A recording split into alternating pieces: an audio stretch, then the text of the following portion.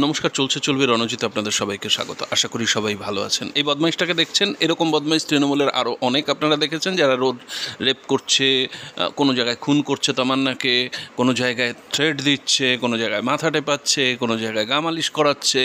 তো এই রকম এরা রাস্তায় নেমে গেছে। ঐশী, দীপশিতা, মীনাক্ষী, এদেরকে নাকি রাস্তা দেখলে রেপ করবে। কত বড় সাহস বলুন তো। আজকে এসএফআই ডিওয়াইএফআই ছেলেরা এরা একে ধরে পুলিশের হাতে তুলে দেওয়ার জন্য এই যে নিয়ে যাচ্ছে, দেখবেন, আমি কিছুক্ষণ পরেই আপনাদের দেখাবো। কতটা ঔদ্ধত্য বলুন তো।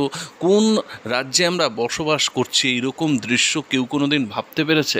আজকে দেখুন, এর পকেটে 5-6টা পেন, পড়াশোনা কতটুকু জানে, এই আবার বলছে নাকি কোথাকার কি অধ্যাপক ভুলভাল। তো এই রকম, যাই হোক, তো সবাই এই তৃণমূলের দলে নাম লেখালে কে অধ্যাপক, কে ওই কালু কানকাটা নেলোমূলো, এগুলো আপনারা দেখেছেন। তো যাই হোক, এই অবস্থাটা কিন্তু চারিদিকে চলছে। তো একে এখন নিয়ে যাচ্ছে, এবং সবচাইতে লক্ষণীয়, একে যখন নিয়ে যাচ্ছে বলতে বলতে রাস্তার পাশের মানুষ, তারা কিন্তু শুনে দুজন মহিলা দেখুন এসে কতটা তার উপর রাগ পোষণ করলেন। যদিও আইন নিজের হাতে তুলে নেওয়া কখনোই উচিত নয়, কিন্তু ওরা আসলে মেয়েদের সম্ভ্রমটা রক্ষা করবার জন্য মহিলাদের এই রকম শুনে কে ঠিক থাকতে পারেন, তাই তারা এগিয়ে এসেছে। 2-4 চাপটি মারলো, কানচাপাটি মেলেছে, কিন্তু এটা যাই হোক, নিজের হাতে আইন তুলে নেওয়া কখনোই উচিত না। কিন্তু মেয়েরা বুঝতে পারছে যে এই রাজ্যে আর তারা নিরাপদ নয়, সুতরাং অবস্থা ভীষণ খারাপ।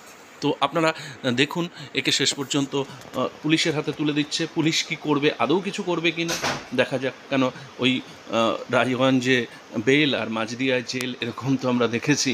আরাবুল জগ ছড়ে কিছু হয় না, অনুব্রত বউ মা তুলে একেবারে মানে মানুষকে যেভাবে কানে আঙুল দিতে বাধ্য করে, তাও কিছু পুলিশ করে না। অথচ সিপিএম বা বিরোধীদের যদি কোনো রকম একটু ক্লু পায়, বর্ণনার জন্য সমন পাঠানো হয়, কৌস্তবের জন্য সমন পাঠানো হয়, 24 ঘন্টার মধ্যে দেখা করা। তো এইগুলো চলছে, আপনারা একটু দেখুন।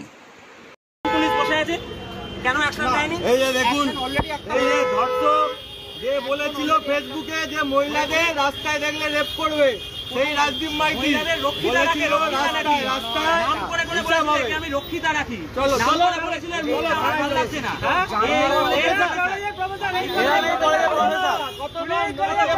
অনেক তো সাহস চলুন, আমরা গোটা অ্যাকশনটা পুলিশকে দিয়ে নেওয়া, আমরা আঁচও কাটবো না আপনার গায়ে। সাধারণ মানুষ সাক্ষী আছে, ঘটবে নাকি, বিরুদ্ধে কি কি করা উচিত ঘটবে, কেন ছিল, আপনারা শিক্ষক হয়ে এই সমাজের বুকে কি বার্তা দিচ্ছেন? চলুন, বাকিটা থানায় গিয়ে কথা হবে, কোর্টে কথা হবে। চলুন, থানার পরে কোর্টে কথা হবে। কি ঘটবে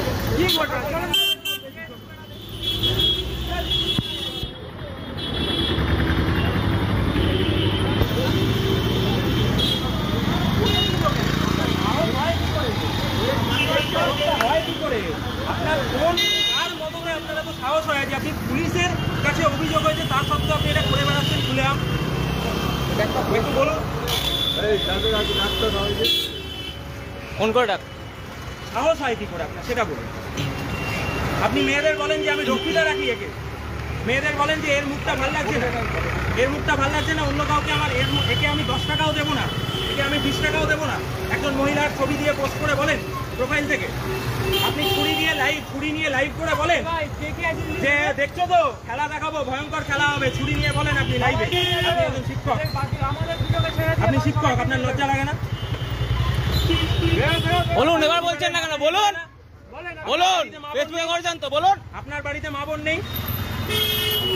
যদি এরকম মানসিক সমস্যা থেকে হসপিটালে ভর্তি হয়, নাহলে আমরা টাকা দিয়ে ভর্তি করাচ্ছি, চলুন, আর নাহলে জেলে ঢোকাবো।